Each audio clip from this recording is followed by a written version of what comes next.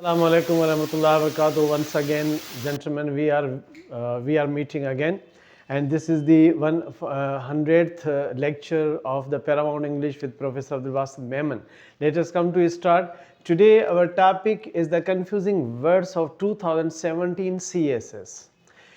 Let us come to start the first wrath, W-R-A-T-H and W-R-O-T-H.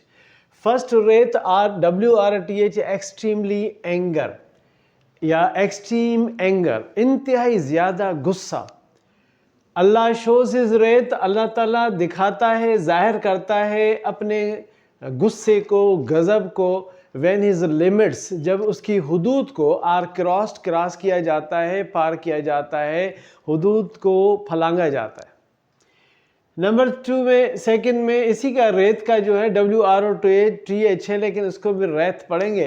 इसका मतलब angry है, to become angry, to become furious, इस meaning में आता है. It was plain to see, ये बिल्कुल वाजे है देखने में. दैट अली जो है इट वाज प्लेन, ये वाजे था. टू सी, अंडरस्टैंड करने के लिए, टू सी का मतलब समझने के लिए. दैट के Ali was now extremely Wraith, कि अली जो है वो बहुत ज़्यादा गुस्से में था.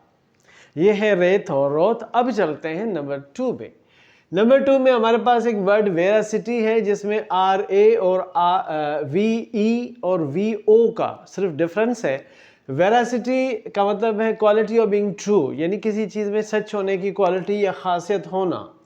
जैसे officials are hiding the veracity, के ऑफिसर्स जो हैं वो छुपा रहे हैं उस सच को, ऑफ द स्कैम, जो इस स्कैम का है, जो इस बहुत बड़े फ्रॉड का है, जो इस बहुत बड़े एक जो धोखा है उसके बारे में. या स्कैम का मतलब आप स्कैंडुलस भी समझ लीजिए. वेरासिटी में दूसरा जो वर्ड VE वाला था वो तो हो गया. अब VOR वोरासिटी है, इसका मतलब ग्रीडीनेस या एवराइस है. ग्रीडीनेस या एवराइस का मतलब लालच होता है, लालच. The veracity of the rich, अगर एडजेक्टिव में द लग जाए तो वो कलेक्टिवली सबको शो करता है. जैसे the rich, the poor, the deaf, the blind, the dumb, इस तरह से वो सारे आ जाते हैं, तो वो कलेक्टिव यूज होता है. The veracity of the rich, अमीर लोगों की जो लालच है, जो उनकी एपिटाइट है दौलत के बारे में, नेवर ब्रैक्स, कभी नहीं टूटती, कभी नहीं रुकती, टिल डेथ, मौत तक. तो ये थी वोरासिटी. इन्हीं वर्ड में से वोराशियस भी निकला है. वोराशियस रीडर जो है वो एक बहुत ज़्यादा पढ़ने वाला एंड प्रोलिफिक राइटर, यानी बहुत ज़्यादा लिखने वाला होता है. नंबर 3 में आते हैं तो हमारे पास SUBTLER, सब्टलर है, लेकिन इसमें B जो है वो साइलेंट होगा, और सटलर शायद इसी वजह से इनके दोनों वर्ड्स जो हैं, एक में B है दूसरे में नहीं है, लेकिन दोनों का जो प्रोनाउंसिएशन या pronunciation, both are, we can use this words, pronunciation also and pronunciation.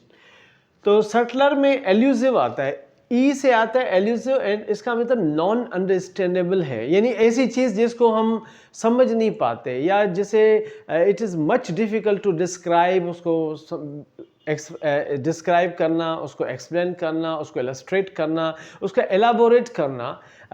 एक one of my friends always says elaborate this thing, तो उसको एलाबोरेट करना. तो इसका मतलब होगा अब ये सेंटेंस है द सटलर राइटर्स, यानी ऐसी राइटिंग लिखने वाले लोग या ऐसे राइटर्स जो सटलर हैं, जो कि इस तरह के घुमा फिरा के, जैसे थ्योरीज जो हैं, पॉलिटिकल थ्योरीज, वो they are not easy to understand.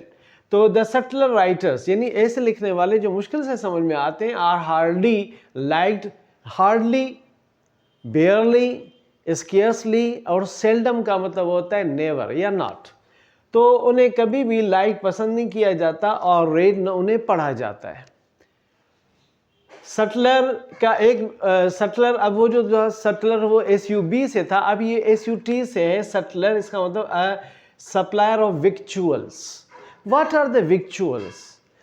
The edibles, the food or the drinks.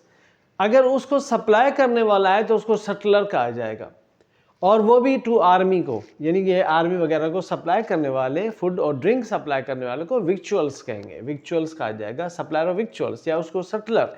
Essentially किसी हद तक subtler was a camp follower, किसी हद तक सटलर जो था, जो सप्लायर था इस तरह की चीज़ों का, वो उस आर्मी कैंप का फॉलोअर भी था। और हु सोल्ड प्रोविजंस, प्रोविजंस का मतलब खाने पीने की अशियाएँ हैं, चीज़ें हैं, सस्टेनेंस है, जो कि चीज़ें बेचता था टू द सोल्जर्स, सोल्जर्स को खाने पीने की चीज़ें सोल्जर्स को बेचा करता था।